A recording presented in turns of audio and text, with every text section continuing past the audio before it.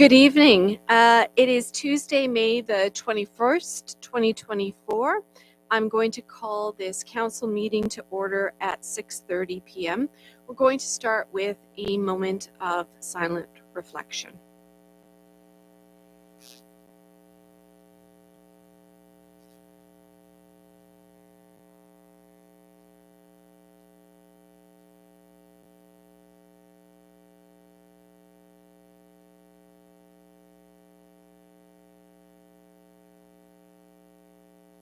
Thank you very much. We're going to move on now to our land acknowledgement. The municipality of Port Hope exists on the lands of the Mississauga Anishinaabe traditional territory covered by the Williams Treaties. We honor and recognize First Persons and people as rights holders and stewards of the lands and waters on which we have the privilege to live, work, and play, including the Ganaraska Forest and River. We pay respects to elders past, present, and emerging. We commit towards actions towards truth and reconciliation by recognizing the United Nations Declaration on the Rights of Indigenous Peoples, strengthening ties with First Nations, Métis, and Inuit peoples, especially those who make their home in Port Hope. We also acknowledge learning from Indigenous ways of knowing and being. We do so by recognizing the past and working towards a shared future. Moving on to item number 2, are there any disclosures of pecuniary interest? I note that none were received in advance of tonight's meeting. Seeing none, moving on to item number 3, we did not have a closed session today. Moving on to item number 4, announcements, updates, and recognitions, starting with the National Public Works Week. It's National Public Works Week, and we want to thank the incredible team behind Port Hope's essential services. The team is dedicated, hardworking, and committed to keeping our municipality running smoothly. Year in Review. The new 2023 Year in Review webpage is now live. Dive into our digital report and discover the incredible efforts and achievements of each municipal department throughout 2023. These comprehensive web pages offer a glance at often unseen but essential work that keeps our Port Hope thriving. From major initiatives to everyday services, visit porthope.ca/year-in-review. And I just want to thank the staff and the CAO for putting this together. It's such an important record of all the accomplishments we have had over the course of last year, and more reports to come that will be basically earmarking and showing some of the major touchstones and achievements that we've had. But certainly this kind of reporting is wonderful for communication, for transparency, and for accountability.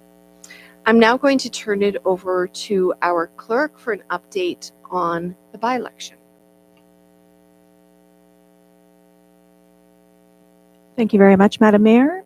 So we are about 10 days away from the start of voting. The voting period for the by-election for Ward 2 Councillor begins on June 1st at 10 a.m. and it will close on voting day, which is June 6th at 8 p.m. The voter instruction letters were mailed over a week ago, and voters should have received theirs by now. If you haven't received your voter instruction letter or are unsure about whether you are on the voters list for Ward 2, I ask that they please contact the clerk's office or they email elections@porthope.ca, and a member of our staff would be very happy to assist you.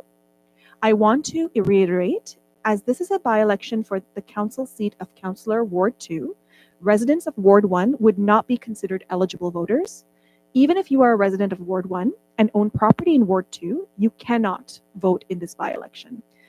This is outlined in the Municipal Elections Act, and your eligibility is determined by your primary residence. So if you reside in Ward 1, you cannot vote in Ward 2.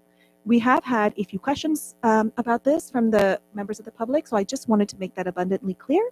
And I wanted to highlight that very important distinction. If people do have questions about that, again, we're available to answer those questions, and I ask council members also to direct those questions to our office so that we can assist the voters. As always, I remind our residents that this is a paperless election. Voters can vote online or via telephone as long as they have their secure PIN, which would be found in their voter instruction letter, as well as some other identifying information. If you receive a voter instruction letter for someone who is no longer in your household, we also request that you return it to the post office so that it can be mailed back to us, and we may receive it and then strike that person from the list. I also remind residents that mail tampering is a criminal offense, so we do request that you please return all unopened voter instruction letters to the clerk's office so that they may be disposed of appropriately. And I also just want to remind the residents as well as council to learn more about our candidates in this by-election. We have an excellent Meet the Candidates page available on our website. So please visit porthope.ca/by-election to learn more about our candidates, or you can always contact the candidates directly as well. Thank you. Thank you very much for that update. Now I'm going to ask our CAO to give us some updates on Walton Street, please. Thank you, Mayor and members of council and members of the public who are with us this evening. I always get excited when I talk about Walton Street. Can you hear me?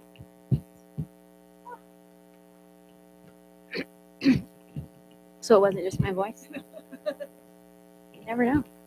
Is this better? Oh, that's better. Okay, so we continue to meet weekly. So every Tuesday morning, representative of each department, as well as our public relations firm, meet every Tuesday morning to discuss all things Walton. That includes patterns of pedestrian and transportation behavior, as well as any other concerns that have been tabled. I'm happy to report that everything seems to be on schedule as we sit here today, with no huge surprises to report. 2 storm structures have been installed. 1 sanitary structure is being installed, and once that is completed, they are going to put all steam ahead between Queen Street and the bridge. So that section, as promised, we are aiming to have that section of Walton Street out to Mill Street one way as of July 1st. So we need to get moving on that section of the street.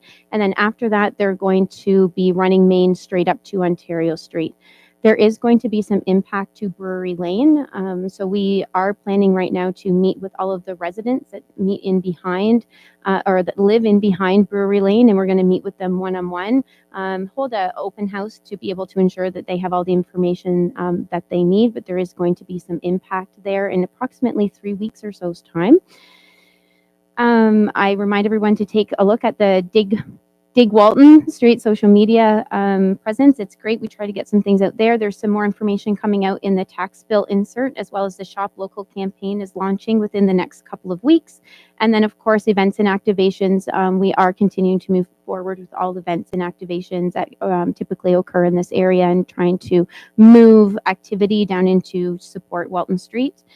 Summer students, if you see Maddie and Lizzie running around, the ambassadors, the summer students, they are invaluable help. They go in and talk to the business owners. They're ensuring that help liaison with the public, and they respond to emails, and they are heavy into communications and the social media presence. Parking. I understand that parking continues to be an ongoing concern, and it's just important to realize that parking is going to continue as a paid mechanism to ensure that we're able to keep people moving. That said, we hear the public loud and clear in regards to the enforcement mechanism, and internally staff are working on an approach that potentially is a bit softer, that can ensure that we are doing this to actually support the businesses. There hasn't been any change to any parking rules since the Walton Street construction began. All rules have been in play for a long time. The most recent change a couple of years ago. So essentially just continue to, when you're visiting downtown Walton, to ensure that you are looking for those free parking spaces, because the town hall hasn't been full since Walton Street has started. There is plenty of parking at the town hall, and there has been every day, and it's free of charge. And then to move on to the rideshare program, as of this evening, we were anticipating that a staff report was going to become be coming forward to assist with the ride share program.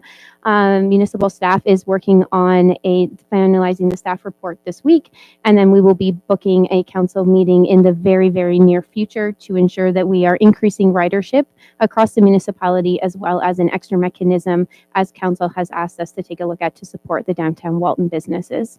So it's coming very soon, so please stay tuned. Thank you very much for that update. And I'm just going to briefly do a county update on one particular issue, since there was a press release that came out today. For those of you who may not have seen it, and it's in regards to the reopening of the Port Hope Medical Walk-in Clinic. And so the media release stated that Northumberland County is pleased to announce the imminent reopening of the Port Hope Medical Walk-in Clinic at its previous location on the second floor of the facility at 99 Toronto Road, with assistance from partners, including the Community Health Centres of Northumberland. The county will undertake a one-year pilot of clinical services to address the needs of more than 4,000 unrostered patients in the area. And as I've reported at this table, this is a project that I've been working on along with Councillor Les, and we're really pleased to see it coming to this point after more than a year and a half of work in advocacy. And I think it's going to be a terrific addition to the community. And just as a reminder, the planned opening times will be Wednesdays and Fridays from 3 to 7 p.m. and Saturday and Sundays from 11 to 5 p.m. subject to final scheduling. There's just a few more things that are being ironed out in terms of the electronic billing system, which needed to be updated over the old billing system that's currently used by many of the clinics across Northumberland County. So that's just been a challenge with TELUS and scheduling, but we anticipate that will all be ironed out in the coming weeks, and that we'll be in a position to make a formal announcement of the first day that the clinic will be reopening. So exciting update from the county, and I think it's a great example of the lower tier and the upper tier working together, also in tandem with community partners. This is not just a government to government project, it's very much a government to government project that was enabled by very strong community collaboration and partnerships. Moving on to item number 5, presentations. We have Blake Holton on behalf of St. Mark's Heritage Foundation regarding St. Mark's Church Community Photo Event, June 19th, 2024. So I welcome Blake Holton on behalf of the foundation, who will be providing the presentation. To please step up to the podium, and you can press the button as you come up.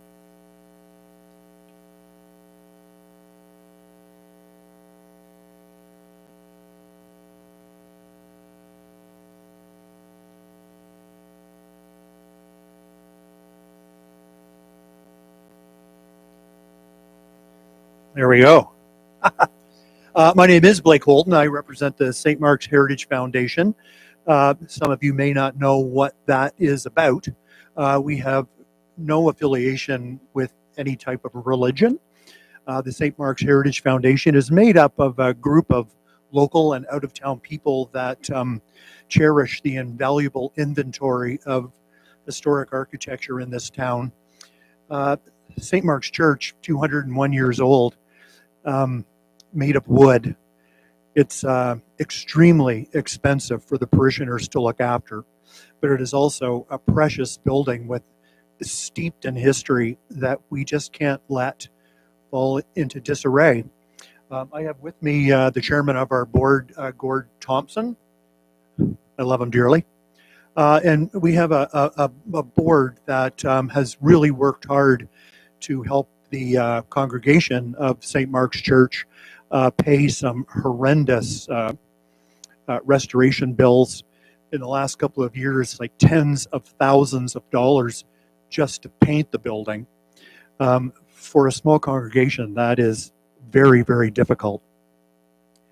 We got together and we've been doing this for a number of years now.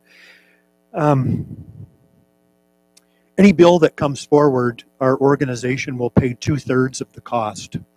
It goes from repairing a roof.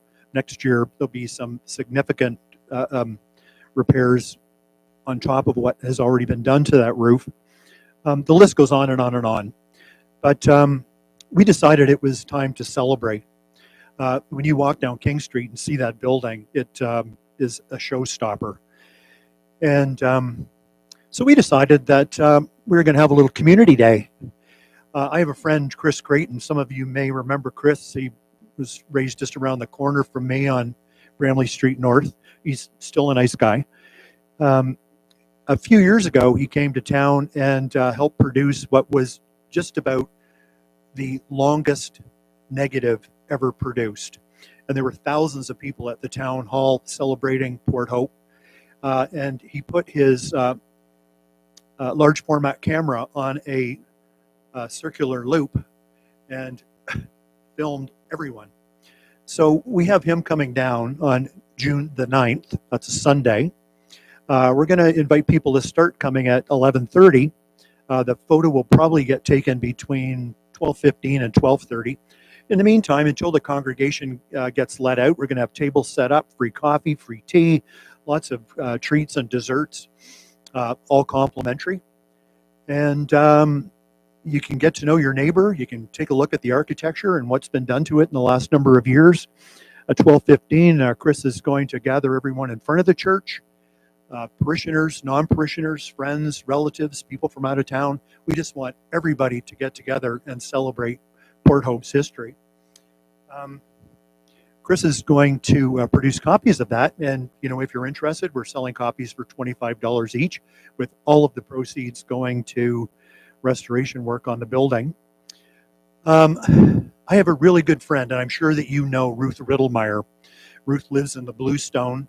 She is in her 101st year, so almost as old as the church, but not quite. You would never know it, though. We call her the Energizer Bunny. She's an incredible woman, and she has agreed to come and stand front and center with all of our friends around her while Chris takes that photo. So if you like free coffee and you like free tea and you like lots of desserts that are complimentary, we invite you, Les, and your family, everyone around the table. If you can't be there, tell your friends and relatives, because it will not be the same if you guys are not there. We put up about 25 posters around town, the library, downtown businesses, the community center. I stop people on the street that I don't even know and invite them to come. So anyway, June the 9th, it's a Sunday, 11:30 till 12:15. Please attend. Thank you very much for coming and sharing this, presenting to us, and for the invitation. I'm wondering, is there a fundraising goal for that day? Is there something that you have in mind that you're hoping in terms of raising on that day? We have no idea how much money we're going to raise.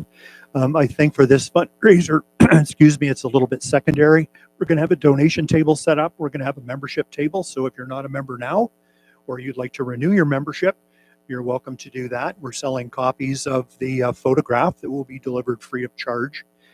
Sorry, Eileen. She's going to deliver them. It's not only about raising money, it's about raising awareness, getting together with our neighbors and friends, and just having a kick-ass time. Thank you for that. And I think the raising awareness part is obviously really important. I was just asking whether there was a goal so that people would know, what kind of donations may be needed in a pressing way over the next short while for some of the repairs on the church, so that we could share those with the public. Yeah. Councillor Adam. Thank you. Blake, thanks for coming out for doing this. I really appreciate it, and I 100% give my commitment. I will be there, and I will pre-purchase one of your pictures too. I can't wait. Looking forward to it. Rock on. I'm sorry, I have almost no hearing, so I'm trying to read your lips there, Adam. Anyway, June the 9th, 11:30 to 12:15, free desserts. Claire, won't be the same if your smiley face isn't there, girl. Thank you very much. The recommended action is on the agenda. Would a member of council like to move this, to receive this item for information? Looks like I have a mover in Councillor Adam and a seconder in the Deputy Mayor, all in favor, and that is passed unanimously. Now, before we get to deputations, I understand that Councillor Mink had an update or announcement that she would like to share with us this evening. Thank you. So I just got this today, so I just remembered while the mayor was doing the updates, community updates. Just a short one. The Ganaraska Region Conservation Authority, in partnership with the municipality of Port Hope and other participating municipalities, and through the Clean Water Healthy Land program, will be offering a rain barrel sale with a $25 discount available while quantities last. The sale will be offered through rainbarrel.ca, and more information will be available in the coming weeks or by contacting the GRCA. And that's available to all residents of Port Hope from urban or the rural area. Thank you. That's a very important and wonderful announcement to be sharing with the public. So moving on to item number 6, deputations. It is now time for deputations from members of the public. Remember, deputations may only be made on a matter that is on the council agenda. Our community members are always encouraged to actively participate in our democratic process by making deputations. This method gives everyone a chance to express their opinions, concerns, or suggestions about topics on the council's agenda, playing a crucial role in the decision-making process for various issues, policies, or projects. In accordance with the procedural bylaw, in order to provide a deputation to council, you must register in advance. You can register, though, up to 1 day before a meeting. Visit our municipal website for complete registration details, and the clerk is always available to answer any questions you might have if you are interested in giving a deputation to this council. Tonight, we have no deputations. Moving on to item number 7, we have no correspondence. And moving on to item number 8, our consent agenda, adoption of minutes. Items listed under the consent agenda are considered collectively as one motion. Council members may request that specific items be removed for separate discussion, deliberation, or action. The consent items are listed on the agenda. Would any member of the council like to remove any of these items for separate discussion this evening? Seeing none, can I please get a mover and seconder to adopt the minutes as listed? Moved by Councillor Less, seconded by Councillor Todd. All in favor? Thank you, and that is passed unanimously. Moving on to item 9, which is consent agenda, advisory committee, and board meetings. Does anyone have anything they would like to add before we vote on this item? Seeing none, can I get a mover and seconder to receive this item for information? Moved by Councillor Less, seconded by Councillor Adam. All in favor? And that is passed unanimously as well. Moving on to item number 10, items for consideration. 10.1, report CS0924, reappointment to Port Hope Police Services Board. Does staff have anything further that they would like to add before considering this report? Seeing none, is there anything anybody would like to add before we vote on this matter? I might just make a comment to say that we had truly outstanding applicants for this position. I think we were so heartened to see how many members of the public wanted to come forward and participate on this board. We went through a very rigorous review process and interview process, and we are very pleased with the candidate that was successful, and that we were going to be making a motion on this evening. But we also want to thank everybody who participated in the process, and to say that we're keeping all names on file, because we truly did have an excellent pool of candidates that came forward. I don't know if if you would like to add anything, Deputy Mayor? No, I agree. It was a great slate of candidates, and I'm very excited about Connie, who we're going to be appointing this evening. I think she's going to be fantastic and brings a lot of experience in HR and advancing things like EDI, which is going to be really crucial as we move forward. Councillor Less. I haven't had a chance to meet Connie yet, but as chair of the board, I'd like to welcome her unofficially. We'll welcome her officially at the meeting later this week. It's nice to know that we have somebody as highly capable of her to help us through. This is a year that we go through contract negotiations, and her HR experience will be invaluable to us. And now we'll just wait for Mr. Pacitti to get off his you-know-what and give us the provincial appointee, and we'll have a full board again. And we do anticipate that the provincial appointment is forthcoming. So the recommended action is that the council pass the following motion, whereas council considered staff report CS 0624 regarding the Police Services Board vacancy at its meeting on March 26, 2024, and whereas council through resolution 57/2024 appointed an ad hoc selection committee comprised of the mayor, deputy mayor, chief administrative officer, clerk, and Police Services Board Administrator to interview applicants and recommend a preferred candidate to be considered later by council. And whereas applications were solicited in April 2024 and interviews were conducted for the vacant position, and an ad hoc selection committee has identified a candidate for appointment to the Police Services Board. Now, therefore, be it resolved that council appoint Connie Flewitt as the municipal representative for the remainder of the 2022-2026 Port Hope Police Services Board as recommended by the ad hoc selection committee. Can I get a mover and seconder? Moved by the Deputy Mayor and seconded by Councillor Mink. All in favor? And that is passed unanimously, and we welcome Connie to the board. Moving on to item number 11, committee reports and recommendations. 11.1, motion from Committee of the Whole meeting May 14th, 2024, regarding report PD 1424, re-extension of temporary use, part of lots 30 and 31, concession 1, Wesleyville Village, ZB04 ZB04 24. Lots of numbers always in these. Is there anything further that anybody would like to add before we vote on this matter? Seeing none, can I get a mover and seconder? Moved by Councillor Less, seconded by Councillor Todd. All in favor?